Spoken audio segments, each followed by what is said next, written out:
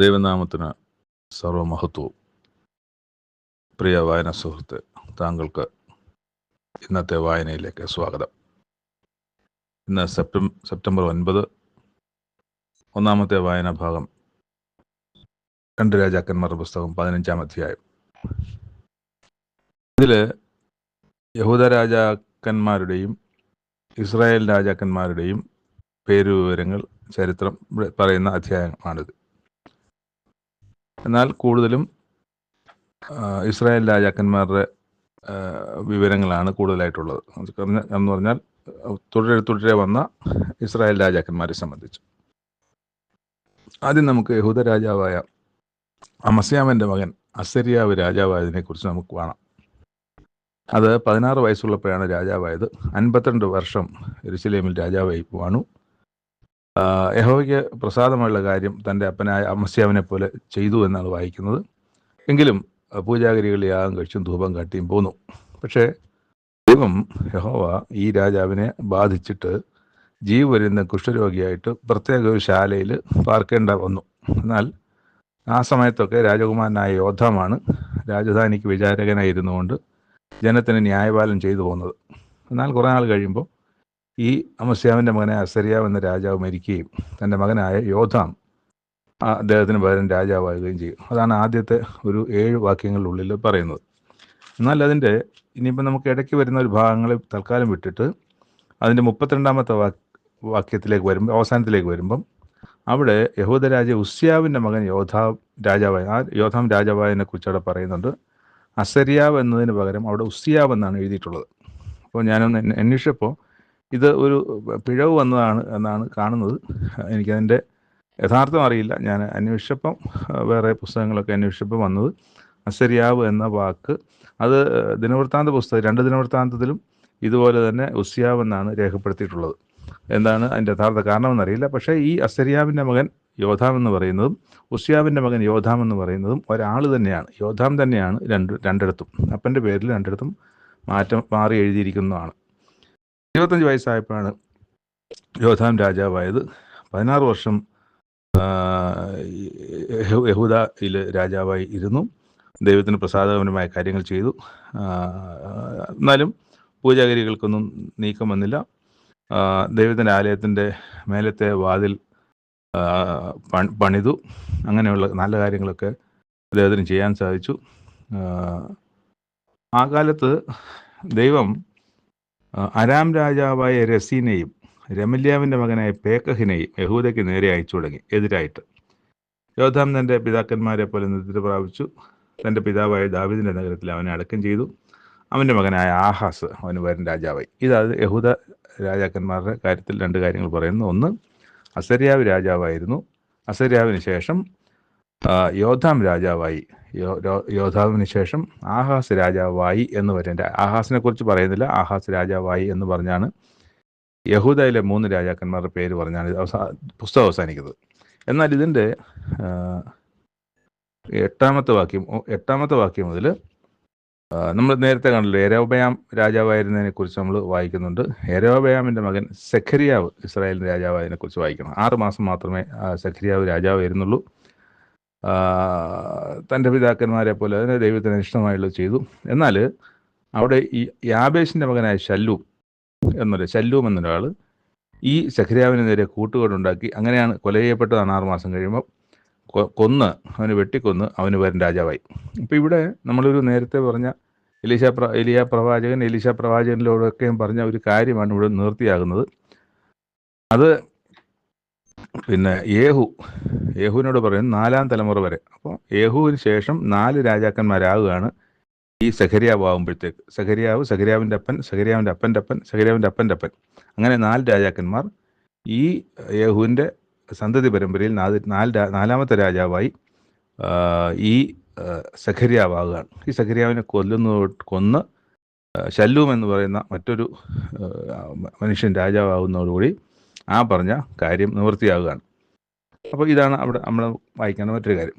പിന്നെ നമ്മൾ അതിൽ തുടർന്ന് കാണുന്നത്, ഈ ശല്ലൂം രാജാവായിരിക്കുമ്പോൾ വേറെ ഇവിടുന്ന് ഒരുത്തൻ പുറപ്പെട്ടു വന്നു എന്നാണ് പറയുന്നത്. ഗാദിയുടെ മകനായ മെനഹേം തെർസായിൽ നിന്ന് വന്നിട്ട് ഈ ശല്ലൂമിനെ ശമരിയിൽ വെച്ച് കൊന്നിട്ട് ശല്ലൂമിന് പകരം ഇപ്പം മെനഹേം രാജാവായി ഇരിക്കുകയാണ്.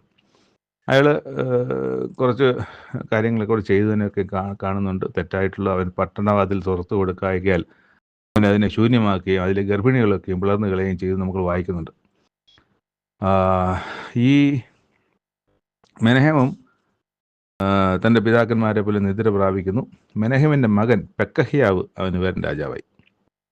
പെക്കഹ്യാവ് അവന് പേരൻ രാജാവാകുന്നതാണ് നമ്മൾ. അപ്പോൾ ഇത് ഇസ്രായേലിലാണ്, നോർത്തേൺ കൺട്രി ഇസ്രായേലിൻ്റെ കാര്യമാണ്. നമ്മൾ യഹൂവിൻ്റെ മക്കൾ, യഹൂവിൻ്റെ 4ാമത്തെ തലമുറയിൽ പിന്നെ സെഖര്യാവിന് ശേഷം ശല്ലൂമിൻ്റെ ഇസ്രായേൽ രാജാവാകുന്നു. ശല്ലൂമിന് ശേഷം മെനഹേം രാജാവാകുന്നു. മെനഹേമിന് ശേഷം ഇപ്പം പെക്കഹ്യാവ് രാജാവായി. അതാണ് നമ്മളിപ്പം രാജാക്കന്മാരുടെ, ഇസ്രായേൽ രാജാക്കന്മാരുടെ വിവരണം ഇപ്പം നമ്മൾ വായിച്ചുകൊണ്ടിരിക്കുന്നത്. ആ പേര് പേക്കഹ എന്നല്ല, പേക്കഹ്യാവ് എന്നാണ്. പേക്കഹ്യാവ് പക്ഷേ 2 വർഷമാണ് രാജാവായിരിക്കാൻ കഴിയില്ല. അതിന് കാരണം വേറൊരുവൻ വന്നിട്ട് അകമ്പടി നായകനായി രമല്യാവിൻ്റെ മകനായ പേക്കഹ് അവന് നേരെ കൂട്ടുണ്ടാക്കിയിട്ട് ഈ പറഞ്ഞ പേക്കഹ്യാവിന് വെട്ടിക്കൊന്നിട്ട് അവന് പകരം രാജാവായി. അതാണ് മറ്റൊരു രാജാവായിട്ട് അവിടെ വരുന്നത്. പിന്നെ അതിനുശേഷം ഈ പേക്കഹ് ഇസ്രായേൽ രാജാവായി 20 വർഷം അവിടെ രാജാവായിരുന്നു. പറഞ്ഞ പോലെ തന്നെ മറ്റുള്ള ഇസ്രായേൽ രാജാക്കന്മാരെ പോലെ തന്നെ ഇസ്രായേലിനെ കൊണ്ട് അനിഷ്ടങ്ങളൊക്കെയും ചെയ്യിച്ചു. അവിടെ ഇസ്രായേൽ രാജാവ് പേക്കഹിൻ്റെ കാലത്ത് അശൂർ രാജാവായ തിഗ്ലത്ത് പിലേസറും വന്നിട്ട് ഈയോനും ആവേൽബേത്തും മയഖയും യാനോവഹും ആ സ്ഥലങ്ങളൊക്കെയും പിടിച്ചു. ഗലീലയും നഫ്താലി ദേശം മുഴുവൻ പിടിച്ചു. അവിടുത്തെ ആളുകളെയൊക്കെ ബദ്ധരാക്കി അശൂരിലേക്ക് കൊണ്ടുപോയി. എന്നാൽ അതിനുശേഷം സംഭവിക്കുന്നത്, ഹോശയ എന്ന് പറഞ്ഞ ഒരു മനുഷ്യൻ ഈ പേക്കഹിൻ്റെ നേരെ ഉണ്ടാക്കിയിട്ട് അവൻ്റെ 20-ാം ആണ്ടിൽ, ഉസിയാവിൻ്റെ മകനായ യോധാമിൻ്റെ 20-ാം ആണ്ടിൽ ഈ പറഞ്ഞ രാജാവിനെ കൊല്ലുകയാണ്. അങ്ങനെ പേക്കഹിനെ കൊല്ലുന്നു. പേക്കഹിനെ വെട്ടിക്കൊന്ന് അവന് പകരം രാജാവായി. ഹോശയ അവന് പകരം രാജാവായി. ഇതാണ് നമ്മൾ വായിക്കുന്നത്. അവന് അങ്ങനെ ഒരു രാജാവിൻ്റെ വിവരണം കൂടെ പറഞ്ഞിട്ടാണ് ഈ പുസ്തകം ഇസ്രായേൽ രാജാക്കന്മാരുടെ കാര്യം അവസാനിക്കുന്നത്. അപ്പോൾ ഹോശയാണ് ഈ സ്ഥലത്ത് രാജാവായി വാഴുന്നത്. ഹോശയെക്കുറിച്ച് കുറച്ച് കാര്യങ്ങൾ പറയാണ്ട് തുടർന്നുള്ള അധ്യായങ്ങളിൽ നമുക്ക് വായിക്കാൻ കഴിയും. അപ്പോൾ ഇവിടെ നമ്മൾ പറഞ്ഞു വന്നത് 2 രാജ്യങ്ങളിലെയും രാജാക്കന്മാരെക്കുറിച്ച്. യഹൂദയിലെ 3 രാജാക്കന്മാർ, അതുപോലെ ഇവിടെ ഇസ്രായേലിൽ സെഖര്യാവ്, ശല്ലൂമ്, മെനഹേം, പെക്കഹ്യാവ്, പേക്കഹിന് ശേഷം ഹോശയ. ഇത്രയും രാജാക്കന്മാരുടെ വിവരം ഇസ്രായേലിലും നമുക്ക് വായിച്ച് മനസ്സിലാക്കാൻ കഴിയുന്നുണ്ട്. 2ാമത്തെ വായനാഭാഗം എസ്കേൽ പ്രവചനം 5-ാം അധ്യായം. അവിടെ ദൈവം സെഖര്യാ പ്രവാചകനോട് പറയും, നീ മൂർച്ചയുള്ളൊരു വാളെടുത്ത് ക്ഷൗരക്കത്തിയായി പ്രയോഗിച്ച്. അപ്പോൾ വാള് ക്ഷൗരക്കത്തിയായിട്ട് വേണം ഉപയോഗിക്കാൻ. അത് നിൻ്റെ തലയും താടിയും ക്ഷൗരം ചെയ്യുക. പിന്നെ ഒരു ത്രാസെടുത്ത് ഒരു രോമം തൂക്കുക, അതിൻ്റെ ഭാരം നോക്കുക. എന്നിട്ട് അത് നിരോധകാലം തികയുമ്പം അത് 3ആയിട്ട് വിഭജിക്കണം. 1 നഗരത്തിൻ്റെ നടുവിൽ തീയിലിട്ട് ചുട്ടുകളയണം. 3-1 എടുത്ത് അതിൻ്റെ ചുറ്റും വാൾ കൊണ്ടടിക്കണം. 3-1 കാറ്റത്ത് ചിതറിച്ച് കളയണം. അവയുടെ പിന്നാലെ ഞാൻ വാളൂരും. അതിൽ നിന്ന് കുറഞ്ഞൊരു സംഖ്യ നീ എടുത്ത് നിൻ്റെ വസ്ത്രത്തിൻ്റെ കോന്തലയ്ക്കൽ കെട്ടണം. ഇതിൽ നിന്ന് പിന്നെയും നീ അല്പം എടുത്ത് തീയിലിട്ട് ചുട്ടുകളയണം. അപ്പം അവസാനം ശേഷിക്കുന്നത് ആ കോന്തലയിലുള്ള ഒരു കുറച്ച് രോമം മാത്രമാണ് അവിടെ ഉള്ളത്. ബാക്കിയെല്ലാം പല വഴിക്കായിട്ട് പോയി. ഇതിൻ്റെ വിശദീകരണം അതിൻ്റെ 12-ാം വാക്യത്തിൽ ദൈവം വായിക്കുന്നത്, ഞാൻ കരുണ കാണിക്കുകയുമില്ല, നിന്നിൽ 3-1 മഹാമാരി കൊണ്ട് മരിക്കും, ക്ഷാമം കൊണ്ടും അവർ നിൻ്റെ നടുവിൽ മുടിഞ്ഞു പോകും. 3-1 നിൻ്റെ ചുറ്റും വാൾ കൊണ്ട് വീഴും. 3-1 ഞാൻ എല്ലാ കാറ്റുകളിലേക്കും ചിതറിച്ചു. അപ്പോൾ ഈ മുടി വെച്ചതിൻ്റെ കാര്യങ്ങളാണ്. 3-1 ഞാൻ എല്ലാ കാറ്റുകളിലേക്കും ചിതറിച്ച് കളയും. അവരുടെ പിന്നാലെ വാളൂരുകയും ചെയ്യും. അങ്ങനെ എൻ്റെ കോപത്തിൻ്റെ നിവൃത്തി വരും. ഞാൻ അവരോട് എൻ്റെ കോപം തീർത്ത് തൃപ്തനാകും. അപ്പോൾ ഇങ്ങനെ ലോകത്തിൻ്റെ ആ ജനത്തിൻ്റെ 3-1 വീതമുള്ളവരെയൊക്കെ എന്ത് ചെയ്യുമെന്നാണ് ഇവിടെ കാണുന്നത്. അപ്പോൾ അതിൻ്റെ ഒരു കാരണം അതിൻ്റെ 5-ാം അധ്യായത്തിൽ 5-ാമത്തെ വാക്യത്തിൽ പറയുന്നത്, ഈ കാണുന്നത് ഇസ്രായേലാണ്. ഇസ്രായേൽ ഞാൻ അതിനെ ജാതികളുടെ മധ്യേ വെച്ചിരിക്കുന്നതാണ്. നമ്മളൊന്ന് പരിശോധിച്ചാൽ ലോകത്തിൻ്റെ മധ്യയാണ് ഇസ്രായേലിനെ ദൈവം വെച്ചിരിക്കുന്നത്, ജാതികളുടെ ഇടയിൽ. അപ്പോൾ എന്നിട്ട് ദൈവം പറയാണ്, ഞാൻ നോക്കുമ്പോൾ എന്താ സംഭവിക്കുന്നത് പറഞ്ഞാൽ, അവർ ഈ ജാതികളെക്കാളും എന്നെ ക്രുദ്ധിപ്പിച്ചും എന്നെയും ദേഷ്യപ്പെടുത്തിയും എന്നെ ത്യജിക്കുകയും എന്നെ കോപിപ്പിക്കുകയൊക്കെ ചെയ്തിരിക്കുകയാണ്. ജാതികൾ പോലും ചെയ്യാത്ത അന്യായങ്ങൾ എന്നോട് അവർ എൻ്റെ ചട്ടങ്ങൾ അനുസരിക്കാതെ നടക്കുകയും മത്സരിക്കുകയും ഒക്കെ ചെയ്ത്, അതുകൊണ്ടാണ് ഞാൻ ഇവരോട് ഇത് ചെയ്യുന്നത്, ഞാൻ അവർക്ക് വിരോധമായിരിക്കുന്നു എന്നാണ്. ജാതികൾ കാണുക ഞാൻ നിൻ്റെ നടുവിൽ ന്യായവിധികളെ നടത്തും. ഇന്നും ഇസ്രായേലിനെ നോക്കുമ്പോഴത്തേക്ക് ഇസ്രായേൽ ദൈവഹിതമല്ലാത്ത ഒരുപാട് കാര്യങ്ങൾ ചെയ്യുന്നുണ്ട് ഇന്നും. പക്ഷേ ഇത് പറയുന്നത് സഖര്യാവിൻ്റെ കാലത്തിലാണ്. സഖര്യാവിൻ്റെ കാലത്തിന് ശേഷം യേശുക്രിസ്തുവിൻ്റെ കാലം ആകുമ്പോഴത്തേക്ക് ലോകത്തിൻ്റെ നാനാഭാഗങ്ങളിൽ, ഇന്ത്യ അടക്കം കേരളം അടക്കമുള്ള സ്ഥലങ്ങളിലേക്കൊക്കെ അവർ ചിതറിപ്പോകുന്നൊരു കാഴ്ച നമുക്ക് കാണാം. അപ്പം അങ്ങനെ ചിതറിക്കപ്പെട്ടൊരു കാലമുണ്ട്. അത് ഇവിടുത്തെ പ്രവചനത്തിൻ്റെ നിവൃത്തിയും കൂടാണ്. അപ്പോൾ അങ്ങനെ ഞാൻ ജാതികൾ കാണുക നിൻ്റെ നടുവിൽ ന്യായവിധികളെ നടത്തും, ഞാൻ ചെയ്തിട്ടില്ലാത്തതും മേലാൽ ഒരിക്കലും ചെയ്യാത്തതുമായ കാര്യം നിൻ്റെ സകല മ്ലേച്ഛതകളും നിമിത്തം ഞാൻ നിന്നിൽ പ്രവർത്തിക്കും. ആകയാൽ നിൻ്റെ മധ്യേ അപ്പന്മാർ മക്കളെ തിന്നും, മക്കൾ അപ്പന്മാരെ തിന്നും. ഞാൻ നിന്നിൽ ന്യായവിധി നടത്തും, നിന്നുള്ള ശേഷിപ്പിനെയൊക്കെ ഞാൻ എല്ലാ കാറ്റുകളിലേക്കും ചിതറിച്ചു കളയും. അതാണ് ദൈവമോട് പറയുന്നത്. വഴി പോകുന്നവരൊക്കെയും കാണുക ഞാൻ നിൻ്റെ ചുറ്റുമുള്ള ജാതികളുടെ ഇടയിൽ നിന്നെ, അതായത് ഈ ദൈവജനത്തെ, ശൂന്യവും നിന്നയുമാക്കും. ഞാൻ കോപത്തോടും ക്രോധത്തോടും കഠിന ശിക്ഷകളോടും കൂടി നിന്നിൽ ന്യായവിധി നടത്തുമ്പോൾ നീ നിൻ്റെ ചുറ്റുമുള്ള ജാതികൾക്ക് നിന്നയും ആക്ഷേപവും ബുദ്ധിയുപദേശവും സ്തംഭനഹേതുവുമായിരിക്കും. ലോകത്ത് മുഴുവൻ നിന്ദിക്കപ്പെട്ട ബഹുഭൂരിപക്ഷം രാജ്യങ്ങളും ഇസ്രായേലിനെ കാണുന്നത് ഒരു നിന്ദിത രാജ്യമായിട്ടാണ്. ഇസ്രായേലിൽ പോയിട്ടുള്ളൊരു പാസ്പോർട്ട് കൊണ്ട് നമുക്ക് ഇന്ത്യയിൽ നിന്ന് ഇസ്രായേലിലൊരു പോവുകയാണ്. അപ്പോൾ ഇസ്രായേൽ നമ്മുടെ പാസ്പോർട്ടിൽ ഇസ്രായേലിൽ നിന്ന് സീൽ ചെയ്ത് കഴിഞ്ഞാൽ അതുകൊണ്ട് വേറെ ഒരുപാട് രാജ്യങ്ങളിൽ പോകാനൊക്കില്ല. അപ്പോൾ അതുകൊണ്ട് എന്താ ചെയ്യുന്നത്, ഇസ്രായേലിന് വേണ്ടി ഒരു സെപ്പറേറ്റ് പാസ്പോർട്ട് എടുത്ത് ഇസ്രായേലിൽ പോയിട്ടാണ് വരുന്നത്. മറ്റേ കോമൺ ആയിട്ട് ഉപയോഗിക്കുന്ന നമ്മൾ പാസ്പോർട്ടിൽ ഇസ്രായേലിൻ്റെ സീൽ ചെയ്യത്തില്ല. കാരണം ഈ പാസ്പോർട്ട് കൊണ്ട് വേറെ പല രാജ്യങ്ങളിലും പോകാൻ ബുദ്ധിമുട്ടാവും. അതാണ് അതിൻ്റെ കാരണം. അപ്പോൾ അങ്ങനെ ആക്കിയിരിക്കുകയാണ് ഇസ്രായേലിനെ. ഇസ്രായേൽ എന്ന് പറയുന്ന രാജ്യത്തിനെ ലോകത്തുള്ള ജാതികൾക്ക് വെറുപ്പാക്കി അവർ നിന്നയും ആക്ഷേപവും പരിഹാസവും ഒക്കെ ആക്കി വെച്ചിരിക്കുകയാണ്. അവരോട് സഖ്യത ഇല്ലാത്ത രാജ്യങ്ങളാണ് ഭൂരിപക്ഷവും. യഹോവയായി ഞാൻ അരുളി ചെയ്തിരിക്കുന്നു, നിങ്ങളെ നശിപ്പിക്കേണ്ടതിന് ക്ഷാമമെന്ന നാശകരമായ ദുരസ്ത്രങ്ങൾ ഞാൻ ചെയ്യുമ്പോൾ നിങ്ങൾക്ക് ക്ഷാമം വർദ്ധിപ്പിച്ച് നിങ്ങളുടെ അപ്പം എന്ന കോൽ ഒടിച്ചു കളയും. നിന്നെ മക്കളില്ലാതെയാക്കേണ്ടതിന് ഞാൻ ക്ഷാമത്തെയും ദുഷ്ടമൃഗങ്ങളുടെയും നിങ്ങളുടെ അടുക്കൽ അയക്കും. മഹാമാരിയും കൊലയും നിന്നിൽ നടക്കും. ഞാൻ വാളും നിന്റെ നേരെ വരുത്തും. യഹോവയെ ഞാൻ അരുളി ചെയ്തിരിക്കുന്നു. ഇപ്പം ഇതൊക്കെയും നമ്മൾ ഇസ്രായേലിനെതിരെ ദൈവത്തിൻ്റെ കോപം, ദൈവത്തിൻ്റെ ക്രോധം, എങ്ങനെയൊക്കെയാണ് ദൈവം പ്രവർത്തിക്കുന്നതെന്നൊക്കെ നമുക്ക് വാള്, ക്ഷാമം, അതുപോലെ മഹാമാരി, ഇതൊക്കെ വരുത്തും.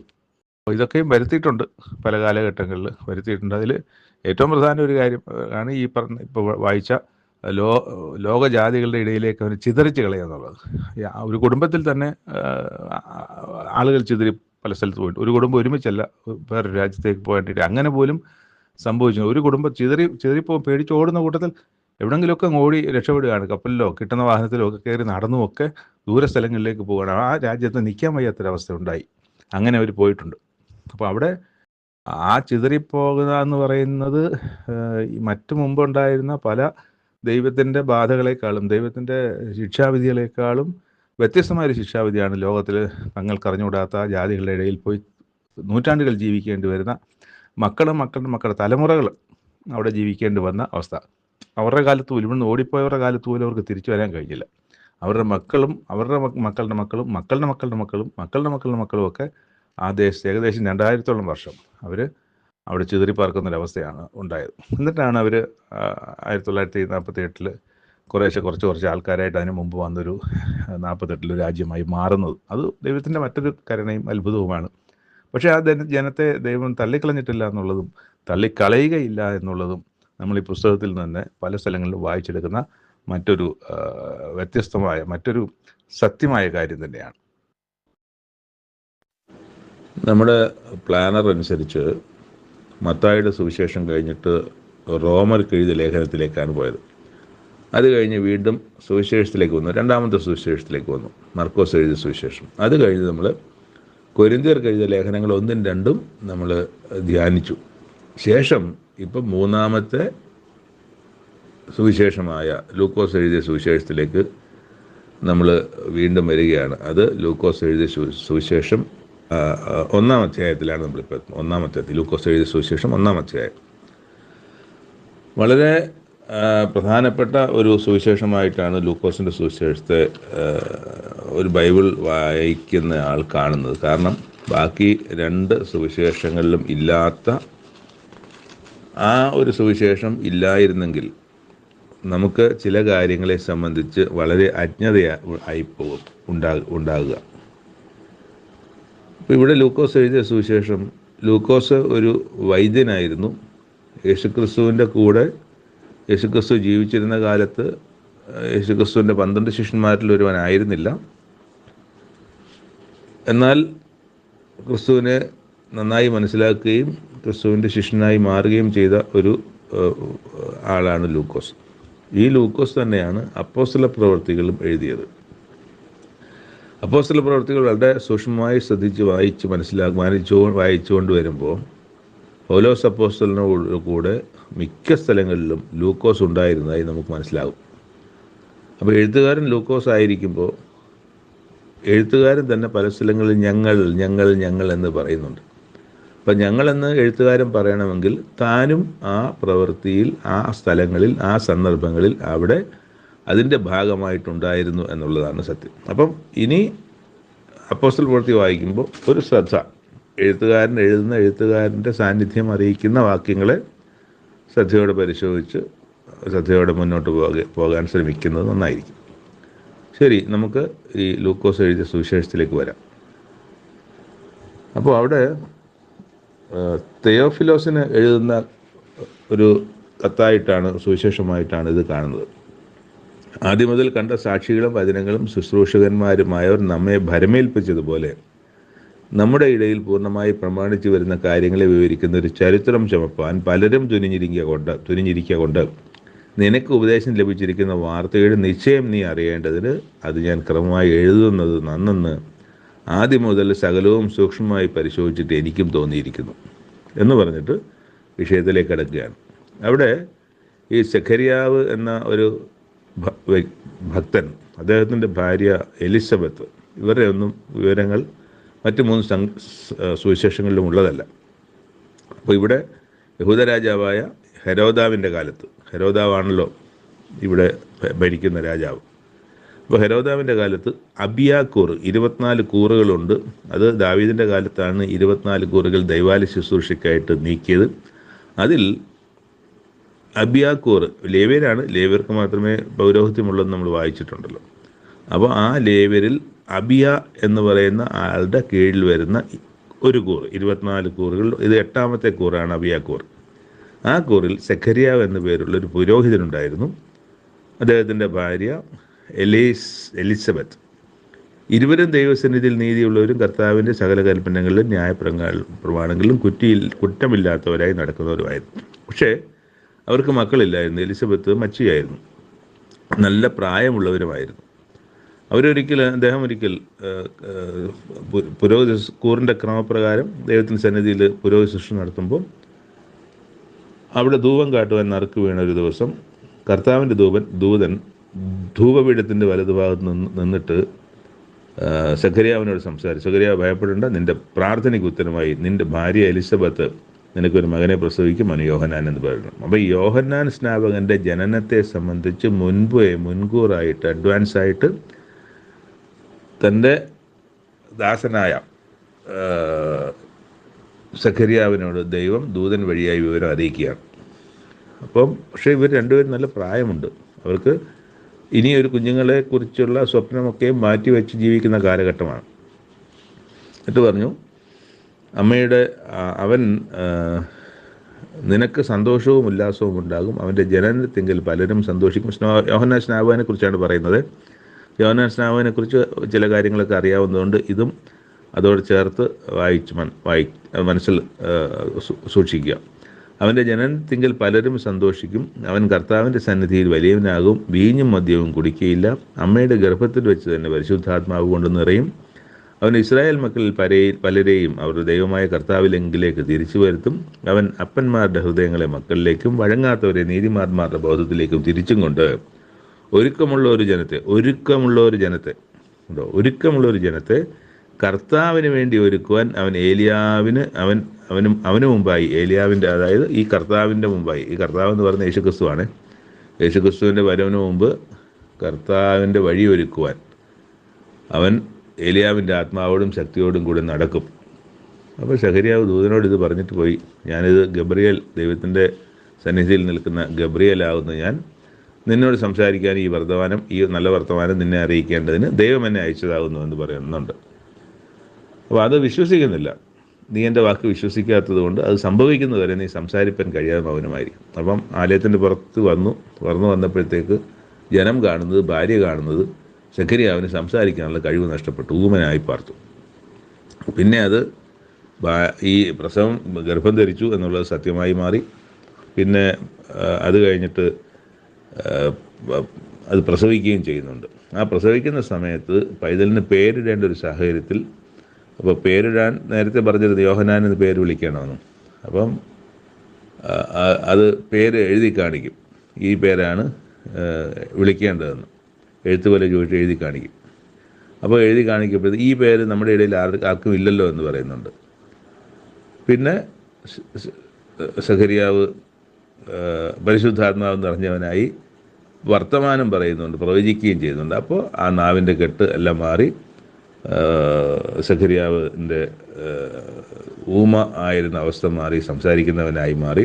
ഇസ്രായേലിൻ്റെ ദൈവമായ കർത്താവ് അനുഗ്രഹിക്കപ്പെട്ടവൻ, അവൻ തൻ്റെ ജനത്തെ സന്ദർശിച്ച് ഉദ്ധാരണം ചെയ്യുകയും ആദ്യമുതൽ തൻ്റെ വിശുദ്ധ പ്രവാചകന്മാർ മുഖാന്തരം അരുളി ചെയ്തതുപോലെ നമ്മുടെ ശത്രുക്കളുടെ വശത്തു നിന്നും നമ്മെ പകയ്ക്കുന്ന എവരുടെയും കയ്യിൽ നിന്നും നമ്മെ രക്ഷിപ്പാൻ തൻ്റെ ദാസനായ ദാവീദിൻ്റെ ദേഹത്തിന് നമുക്കൊരു രക്ഷയുടെ കൊമ്പ് ഉയർത്തുകയും ചെയ്തിരിക്കുന്നത് നമ്മുടെ പിതാക്കന്മാരുടെ കരുണ പ്രവർത്തിക്കേണ്ടതിന് നമ്മുടെ ശത്രുക്കളുടെ കയ്യിൽ നിന്ന് രക്ഷിക്കപ്പെട്ട് നാം ആയുഷ്കാലമൊക്കെയും ഭയം കൂടാതെ തിരുമുമ്പിൽ വിശുദ്ധിയിലും നീതിയിലും തന്നെ ആരാധ്യപ്പൻ നമുക്ക് കൃപ നൽകുമെന്ന് നമ്മുടെ പിതാവായ അബ്രഹാമിനോട് ചെയ്ത സത്യവും തൻ്റെ വിശുദ്ധ നിയമം ഓർത്തത് കൊണ്ടുമാകുന്നു എന്ന് ഊമയായിരുന്ന സഖരിയാവ് വർത്തമാനം പറയുന്നുണ്ട്, അല്ലെങ്കിൽ ദൈവത്തിൻ്റെ ആത്മാവിനാൽ പ്രവചിക്കുന്നുണ്ട്.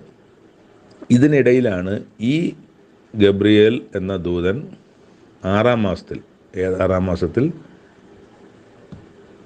എലിസബത്ത് ഗർഭിണിയായി 6 മാസത്തിൽ നസ്രയത്തിൽ ഗലീല, ഇനി പറയുന്ന കാര്യം വളരെ ശ്രദ്ധയോടെ, അതായത് ലോകത്ത് ചില കാര്യങ്ങളെ സംബന്ധിച്ചുള്ള ഉപദേശങ്ങളിൽ തെറ്റായി കിടക്കുന്ന ചില കാര്യങ്ങളുടെ ഒരു ക്ലാരിറ്റി കൂടെ ഈ ഭാഗത്ത് നമുക്ക് വായിക്കാൻ പറ്റും. അവിടെ ദൈവത്തിൻ്റെ ദൂതൻ ഈ മറിയയുടെ അടുക്കൽ വന്നു. മറിയയും ഈ പറഞ്ഞ പോലെ അതുവരെയും കന്യകയാണ്, കല്യാണം കഴിച്ചിട്ടില്ല. അപ്പോൾ കല്യാണത്തിന് പക്ഷേ നിശ്ചയിച്ചു, ഈ യോസഫ് എന്ന മനുഷ്യനുമായിട്ട് നിശ്ചയിച്ചിട്ടുണ്ട്. അവളുടെ അടുക്കൽ ചെന്ന് പറഞ്ഞു, കൃപ ലഭിച്ചവളെ നിനക്ക് വന്ദനം.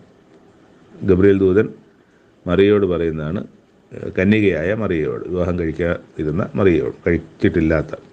കർത്താവ് നിന്നോട് കൂടെ എന്ന് പറഞ്ഞു. അവൾ ആ വാക്ക് കേട്ട് ഭ്രമിച്ചു. ഇതെന്തൊരു വന്ദനം! ദൂതൻ അവളോട്, മറിയെ ഭയപ്പെടേണ്ട, നിനക്ക് ദൈവത്തിൻ്റെ കൃപ ലഭിച്ചു. നീ ഗർഭം ധരിച്ചൊരു മകനെ പ്രസവിക്കും, അവൻ യേശു എന്ന് പേർ വിളിക്കണം. അവൻ വലിയവനാകും. അപ്പം നേരത്തെ യോഹന്നാൻ സ്നാപകൻ്റെ ജനനത്തെ സംബന്ധിച്ച് പറഞ്ഞ കാര്യങ്ങൾ തൊട്ടു മുമ്പ് നമ്മൾ വായിച്ചല്ലോ. ആ ജനിക്കാനിരിക്കുന്ന പൈതലിനെ സംബന്ധിച്ചുള്ള കാര്യങ്ങളൊക്കെയാണ് പറഞ്ഞത്. അപ്പോൾ ആ കാര്യങ്ങൾ പോലെ ഇവിടെ യേശുവിൻ്റെ ജനനത്തിന് മുമ്പേ യേശുവിനെ സംബന്ധിച്ചുള്ള കാര്യങ്ങളും ഗബ്രിയേൽ ദൂതൻ ഈ മറിയയോട് സംസാരിക്കുന്നുണ്ട്. നീ ഗർഭം ധരിച്ചൊരു മകനെ പ്രസവിക്കും, അവൻ യേശു എന്ന് പേർ വിളിക്കണം. അവൻ വലിയവനാകും, അത്യുന്നതൻ്റെ പുത്രൻ എന്ന് വിളിക്കപ്പെടും. കർത്താവായ ദൈവം തൻ്റെ പിതാവായ ദാവീദിൻ്റെ സിംഹാസനം അവന് കൊടുക്കും എന്നാണ് അപ്പോൾ പറയുന്നത്. എന്നാൽ കൊടുത്തോ എന്ന് ചോദിച്ചാൽ ഇപ്പോഴും ഇതുവരെയും കൊടുത്തിട്ടില്ല. അത് കൊടുക്കും എന്നുള്ളത് ഉറപ്പ് തന്നെയാണ്. അതിന് യോഗ്യതയുള്ളവൻ യേശുക്രിസ്തു തന്നെയാണ്. അപ്പോൾ ദാവീദിൻ്റെ സിംഹാസനം എന്നൊക്കെ പറയുമ്പോൾ നമ്മൾ ചിന്തിക്കണം, ദാവീദിൻ്റെ സിംഹാസനം ഏതാണ്? ദാവീദിൻ്റെ സിംഹാസനം എവിടെയായിരുന്നു? ദാവീദിൻ്റെ സിംഹാസനം ആരുടെ സിംഹാസനമായിരുന്നു? ഇതൊക്കെ നമ്മൾ ചിന്തിക്കേണ്ട ഒരുപാട് കാര്യങ്ങൾ ഈ ഒരു ദാവീദിൻ്റെ സിംഹാസനം എന്ന് പറയുന്നത് തന്നെ ഉണ്ട് എന്നുള്ളത് അത്രയെങ്കിലും ഈ ഇപ്പം ഓർത്തിരിക്കട്ടെ. പിന്നെയുള്ള സന്ദർഭങ്ങളിൽ അതിനെക്കുറിച്ചൊക്കെ സംസാരിക്കാം. ഇപ്പം തന്നെ ഇത്രയും പറഞ്ഞ് എൻ്റെ പകുതിയായപ്പോൾ തന്നെ 10 മിനിറ്റ് ആയിട്ടുണ്ട്. അപ്പോൾ അത് പറയാതെ പോകാനും കഴിയില്ല.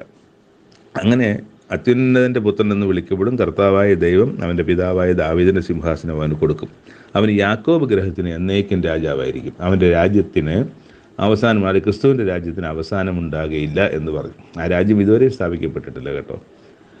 മറിയ ദൂതൻ, ഞാൻ പുരുഷനെ അറിയായികയാൽ ഇതെനിക്ക് എങ്ങനെ സംഭവിക്കും എന്ന് പറഞ്ഞു. അതിന് ദൂതൻ, പരിശുദ്ധാത്മാവ് നിന്റെ മേൽ വരും, പരിശുദ്ധാത്മാവ് നിന്റെ മേൽ വരും. പരിശുദ്ധാത്മാവ് നിന്റെ മേൽ വരുമോ? അതെന്താണ് എന്നൊരു സംശയം വന്നാൽ അതിനെ ക്ലാരിറ്റി അവിടെ തന്നെ എഴുതിയിട്ടുണ്ട്. പരിശുദ്ധാത്മാവ് നിന്റെ മേൽ വരുമെന്നുള്ള ഫുൾ സ്റ്റോപ്പ് അല്ല, അതൊരു സെമിക്കോളനാണ്. ആ സെമിക്കോളൻ കഴിഞ്ഞിട്ട് എന്താണ് പരിശുദ്ധാത്മാവെന്ന് സംശയമുള്ളവർക്ക് അവിടെ തന്നെ അതിൻ്റെ ഉത്തരമുണ്ട്. അത് അത്യുന്നതൻ്റെ ശക്തി നിന്റെ മേൽ നിഴലിടും എന്നുള്ളതാണ്. അതായത് അതിന് ദൂതൻ കോളൻ, അത് കഴിഞ്ഞിട്ട് പരിശുദ്ധാത്മാവ് നിന്റെ മേൽ വരും സെമിക്കോളൻ, അത്യുന്നതൻ്റെ ശക്തി നിന്റെ മേൽ നിഴലിടും സെമിക്കോളൻ, ആകയാൽ ഉത്ഭവിക്കുന്ന വിശുദ്ധ പ്രജ ദൈവപുത്രൻ എന്ന് വിളിക്കപ്പെടും, ഫുൾ സ്റ്റോപ്പ്. അപ്പോൾ പരിശുദ്ധാത്മാവിനെ സംബന്ധിച്ചുള്ള ഏതെങ്കിലും ആശയക്കുഴപ്പമുണ്ടെങ്കിൽ ആ ആശയക്കുഴപ്പം ഇവിടെ നീങ്ങും എന്ന് തന്നെയാണ് ഞാൻ കരുതുന്നത്. അത് പരിശുദ്ധാത്മാവ് നിന്റെ മേൽ വരും, അതെന്താണെന്ന് അവിടെ തന്നെ ഉണ്ട്. അത് അത്യുന്നതൻ്റെ ശക്തി ആണ്, നിന്റെ മേൽ നിഴലിടും.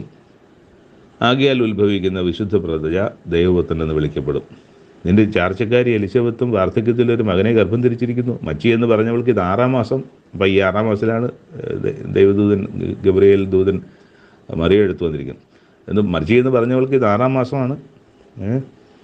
അപ്പം ദൈവത്തിന് ഒരു കാര്യം അസാധ്യമല്ലല്ലോ. അപ്പോൾ ഇവിടെ പറയുന്നത്, ഞാൻ വിവാഹം കഴിഞ്ഞിട്ടില്ല, ഞാൻ പുരുഷനെ അറിഞ്ഞിട്ടില്ല, എനിക്കിതെങ്ങനെ സംഭവിക്കും എന്നൊക്കെ പറഞ്ഞ് സംശയത്തിൽ നിൽക്കുമ്പോഴാണ് പറയുന്നത് ദൈവത്തിന് ഒരു കാര്യം അസാധ്യമല്ലല്ലോ. അപ്പം മറിയ പറഞ്ഞു, ഇതാ ഞാൻ കർത്താവിൻ്റെ ദാസി, അങ്ങയുടെ വാക്ക് പോലെ എനിക്ക് ഭവിക്കട്ടെ എന്ന് പറഞ്ഞു. ഇതാണ് മറിയയുടെ ഒരു സമർപ്പണം അവിടെ കാണുന്നത്. അപ്പം എനിക്ക് അത് ജനത്തിൻ്റെ ഇടയിൽ എനിക്ക് ചീത്തപ്പേരും ദുഷ്പേരും ഒക്കെ ആകാൻ സാധ്യതയുള്ള അല്ലെങ്കിൽ ആകുമെന്ന് ഉറപ്പുള്ളൊരു വിഷയത്തെ സംബന്ധിച്ചാണ് മറിയ പറയുന്നത്, ഞാൻ ദൈവത്തിൻ്റെ ദാസി, കർത്താവിൻ്റെ ദാസി, ദൈവത്തിൻ്റെ ഹിതം പോലെ എനിക്ക് സംഭവിക്കട്ടെ. എനിക്ക് ദൈവം ഈ അപമാനം വെച്ചിട്ടുണ്ടെങ്കിൽ ഞാൻ സന്തോഷത്തോടെ സ്വീകരിക്കും. ഇതാണ് ദൈവത്തോടുള്ള ബന്ധത്തിൽ. അത് നമ്മളിപ്പം ലേവ്യ പുസ്തകത്തിൽ നിന്ന് നമ്മൾ സങ്കീർത്തന പുസ്തകത്തിലേക്ക് വന്ന് ഇപ്പോൾ ഇവിടെ വന്നപ്പോഴും ഈ ദൈവമായിട്ടുള്ള ബന്ധത്തിൽ ഒരാൾ എങ്ങനെയായിരിക്കണം എന്നുള്ളതിന് മറ്റൊരു ഉദാഹരണവും കൂടെ നമ്മളിവിടെ വായിക്കുന്നു. അവിടെ എല്ലാം ഉപദേശവും സങ്കീർത്തനക്കാരൻ ഞാനിങ്ങനെ ആയിരിക്കുമെന്ന് സങ്കീർത്തനക്കാരൻ പറയുന്നതും എൻ്റെ ദൈവത്തിൻ്റെ വചനത്തിൽ ഞാൻ പുകഴുമെന്നൊക്കെ പറയുന്ന ഭാഗത്ത് നിന്നും ഇവിടെ മറ്റൊരു ദൈവത്തിൻ്റെ പൈതലിനെ നമ്മൾ കാണുകയാണ്. മറിയ എനിക്ക് ദോഷമായ കാര്യമാണ് വരുന്നതെങ്കിൽ പോലും ദൈവത്തിൻ്റെ ഹിതം അത് സംഭവിക്കട്ടെ, ഞാൻ കർത്താവിൻ്റെ ദാസി, അങ്ങയുടെ വാക്ക് പോലെ എനിക്ക് സംഭവിച്ചോട്ടെ, എനിക്കതിൽ സന്തോഷമേ ഉള്ളൂ എന്നുള്ള ഭാഗത്താണ്. അങ്ങനെ അത് കഴിഞ്ഞ് പിന്നെ മറിയയെ കാണാൻ വേണ്ടി എലിസബത്ത് വരുന്നതും, എലിസബത്ത് വരുമ്പോൾ എലിസബത്തിൻ്റെ ഉള്ളിൽ ഉള്ള യോഹന്നാൻ സ്നാപകൻ എന്ന് പറഞ്ഞ ഗർഭസ്ഥ ശിശു ഗർഭത്തിൽ കിടന്ന് തുള്ളുന്നതും ഒക്കെ നമ്മൾ വായിക്കുന്നുണ്ട്. അവിടെ വെച്ച് ഈ മറിയ പറഞ്ഞത്, അപ്പോൾ അവിടെ എന്താ എഴുതിയിരിക്കുന്നത്, അപ്പം എലിസബത്ത് പറയുന്നുണ്ട് അവിടെ, പരിശുദ്ധാത്മാവ് എന്ന് പറഞ്ഞിട്ട്, സ്ത്രീകളിൽ നീ അനുഗ്രഹിക്കപ്പെട്ടത്, നിന്റെ ഗർഭഫലവും അനുഗ്രഹിക്കപ്പെട്ടത്, എൻ്റെ കർത്താവിൻ്റെ മാതാവ് എൻ്റെ അടുക്കൽ വരുന്ന മാനം എനിക്ക് എവിടെ നിന്നുണ്ടായി, നിന്റെ വന്ദസ്വരം എൻ്റെ ചെവിയിൽ വീണപ്പോൾ പിള്ള എൻ്റെ ഗർഭത്തിൽ ആനന്ദം കൊണ്ട് തുള്ളി, കർത്താവ് തന്നോട് അരുളി ചെയ്തതിന് നിവൃത്തിയാകും എന്ന് വിശ്വസിച്ചപ്പോൾ തന്നെ പറയാൻ ഞാൻ ഭാഗ്യവതിയാണെന്ന് പറയാം. അപ്പോൾ മറിയ പറയുന്നതാണ് പരിശുദ്ധാത്മാവ് എന്ന് പറഞ്ഞത് പറയുകയാണ്, എൻ്റെ ഉള്ളം കർത്താവിനെ മഹിമപ്പെടുത്തുന്നു, എൻ്റെ ആത്മാവിൻ്റെ രക്ഷിതാവായ ദൈവത്തിൽ ഉല്ലസിക്കുന്നു. മറിയയുടെ വാക്കുകളാണ്. അവൻ തൻ്റെ ദാസിയുടെ താഴ്ച കടാക്ഷിച്ചിരിക്കുന്നുവല്ലോ, ഇന്നു മുതൽ എല്ലാ തലമുറകളും എന്നെ ഭാഗ്യവതി എന്ന് വാഴ്ത്തും, ശക്തനായവൻ എനിക്ക് വലിയവ ചെയ്തിരിക്കുന്നു. അപ്പോൾ ഈ യേശുക്രിസ്തുവിനെ കുറിച്ച് പറഞ്ഞ കാര്യങ്ങൾ ഓർമ്മയുണ്ടല്ലോ, നിനക്ക് ദൈവത്തിൻ്റെ കൃപ ലഭിച്ചു, നീ ഗർഭം ധരിച്ചൊരു മകനെ പ്രസവിക്കും, അവൻ യേശു എന്ന് പേർ വിളിക്കണം, അവൻ വലിയവനാകും, അത്യുന്നതൻ്റെ പുത്രൻ എന്ന് വിളിക്കപ്പെടും, കർത്താവായ ദൈവം തൻ്റെ പിതാവായ ദാവീദിന് സിംഹാസനം അവന് കൊടുക്കും, അവൻ യാക്കോബ് ഗൃഹത്തിന് എന്നേക്കും രാജാവാകും, അവൻ്റെ രാജ്യത്തിന് അവസാനമുണ്ടാകുകയില്ല. ഇതാണല്ലോ ക്രിസ്തുവിനെ കുറിച്ച് മറിയോട് ഗബ്രിയേൽ ദൂതൻ പറഞ്ഞത്. അപ്പോൾ അതുകൊണ്ട് ഇന്നു മുതൽ എല്ലാ തലമുറകളും എന്നെ ഭാഗവതി എന്ന് വാഴ്ത്തും, ശക്തനായവൻ എനിക്ക് വലിയ കാര്യം ചെയ്തിരിക്കുന്നു, അവൻ്റെ നാമം പരിശുദ്ധം തന്നെ, അവനെ ഭയപ്പെടുന്നവർക്ക് അവൻ്റെ കരുണ തലമുറയോളം ഇരിക്കുന്നു എന്ന് പറഞ്ഞ് താഴോട്ട് പറഞ്ഞതിൻ്റെ നമ്മുടെ പിതാക്കന്മാരോട് അരുളി ചെയ്തതുപോലെ അബ്രഹാമിനും അവൻ്റെ സന്തതിക്കും എന്നേക്കും കരുണ ഓർക്കേണ്ടതിന് തൻ്റെ ദാസനായ ഇസ്രായേലിനെ തുണച്ചിരിക്കുന്നു. അപ്പോൾ ഇസ്രായേലിനെ ദൈവം തുണച്ചതാണ് ഈ രക്ഷകനായ ഈ തൻ്റെ ഉദരത്തിൽ നിന്ന് ജനിക്കാനിരിക്കുന്ന യേശുക്രിസ്തുവിനെ കുറിച്ച് ദൈവം വച്ചിരിക്കുന്ന കാര്യങ്ങൾ. അത് ഇസ്രായേൽ ജനത്തിൻ്റെ അനുഗ്രഹത്തിനാണ് എന്ന് പറയുന്ന ആ വലിയ കാഴ്ചയാണ് മറിയ അവിടെ കാണുന്നത്. അത് പരിശുദ്ധാത്മാവ് നിറഞ്ഞിട്ട് പറയുന്നതാണ്. അപ്പോൾ അത്തരം കാര്യങ്ങൾ നമ്മൾ വായിക്കുമ്പോൾ നമുക്കതിനെ വലിയ അളവിൽ കാണാനും മനസ്സിലാക്കാനും ഒക്കെ നമുക്ക് കഴിയുന്നുണ്ട്.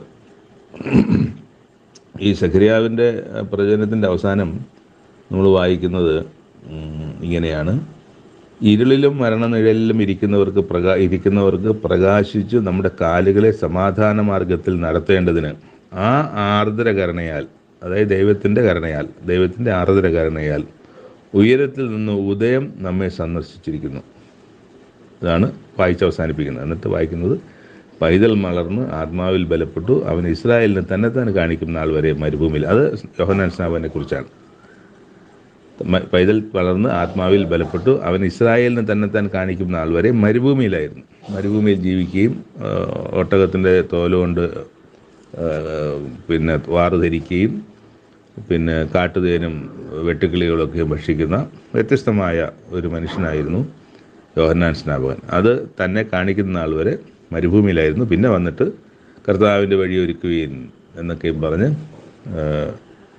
പറഞ്ഞ് യേശുക്രിസ്തുവിനെ കുറിച്ച് പറയുന്നത്. അപ്പം നമ്മൾ ഓർമ്മയുണ്ടല്ലോ, ഞാനോ കുറയണം അവനോ വളരണം. ഞാനെന്ന് പറയുന്ന യോഹന്നാൻ സ്നാപകൻ കുറയുകയും യേശു എന്ന അവൻ വളരുകയും ചെയ്യണം എന്ന് പറയുന്നതൊക്കെ നമുക്ക് ഓർമ്മയുണ്ട്. അപ്പോൾ ഇനി ആ കാര്യങ്ങളൊക്കെ നമ്മൾ തുടർന്നുള്ള അധ്യായത്തിൽ വായിക്കും. ഞാൻ ഇത്തിരി സമയം 16-17 മിനിറ്റോളം എടുത്തിട്ടുണ്ട്. അല്ലാതെ തന്നെ ഈ ഒന്നാമത്തെ അധ്യായത്തിന് 80 വാക്യങ്ങൾ തന്നെയുണ്ട്. അതിനകത്ത് ഈ മറ്റ് സുവിശേഷങ്ങളിലില്ലാത്ത യേശുക്രിസ്തുവിൻ്റെ ജനനത്തിന് മുമ്പ് നടക്കുന്ന, യോഹന്നാൻ സ്നാപകൻ്റെ ജനനത്തിന് മുമ്പ് നടക്കുന്നതും അതുപോലെ ക്രിസ്തുവിൻ്റെ ജനനത്തിന് മുമ്പ് നടക്കുന്നതും ആ ദൈവിക ഇടപെടൽ ഗബ്രിയേൽ ദൂതനിലൂടെ ഈ രണ്ട് മാതാവുമാരുടെയും അമ്മമാരിലോടും സംസാരിക്കുന്നതൊക്കെ ഇത് മറ്റ് സുവിശേഷങ്ങളിലില്ല. നമ്മളത് വായിച്ച് മനസ്സിലാക്കി പോയാലും ഒക്കെ ഉള്ളൂ എന്നുള്ളത് കൊണ്ടാണ് ഇത്തിരി വിശദീകരണത്തിന് സമയം കൂടിയത്. അനുഗ്രഹത്തിന് കാരണമേ ആകുള്ളൂ, യാതൊരു സംശയവുമില്ല. ദൈവം നമ്മളെ ഓരോരുത്തരെയും അനുഗ്രഹിക്കുന്നു, ദൈവം നമ്മളെ ഓരോരുത്തരെയും കാണുന്നു, ദൈവം നമ്മളെ ഓരോരുത്തരെയും ഹൃദയത്തെ അറിയുന്നു. അതുകൊണ്ട് ഈ നമ്മൾ വായിച്ച ഭാഗങ്ങളുടെ ഉപദേശപ്രകാരവും അതുപോലെ സങ്കീർത്തനക്കാരൻ ദൈവത്തോട് ചേർന്നിരുന്ന അതിൽ സന്തോഷം കണ്ടെത്തിയതും, ഇന്ന് സഖറിയാവ്, എലിസബത്ത്, അതുപോലെ തന്നെ മറിയ, ഇവർ ഒക്കെയും തങ്ങൾക്ക് വരുന്ന കാര്യം, സംഭവിക്കുന്ന കാര്യം അത് ദൈവത്തിന് പൂർണ്ണമായും സമർപ്പിച്ച് ദൈവത്തിൻ്റെ ഹിതം എൻ്റെ ജീവിതത്തിൽ നടക്കട്ടെ എന്ന് ഏൽപ്പിച്ചു കൊടുക്കുന്ന ആ വിശ്വസ്തരും വിശുദ്ധരും വിശ്വസിക്കുന്നവരുമായ അവരെ നമ്മളിന്ന് പരിചയപ്പെടുകയും കൂടുതലായി അവരെ മനസ്സിലാക്കുകയൊക്കെ ചെയ്തിരിക്കുന്ന ഒരു നല്ല ദിവസമായതുകൊണ്ട് നമ്മളും അനുഗ്രഹിക്കപ്പെട്ടവരാണ്. ആ അനുഗ്രഹ പൂർണ്ണതയുടെ സന്തോഷത്തോടെ നമുക്ക് ഇന്നത്തെ വായന ഇവിടെ അവസാനിപ്പിക്കാം. നന്ദി. ദൈവനാമത്തിന് മഹത്വമുണ്ടാകട്ടെ.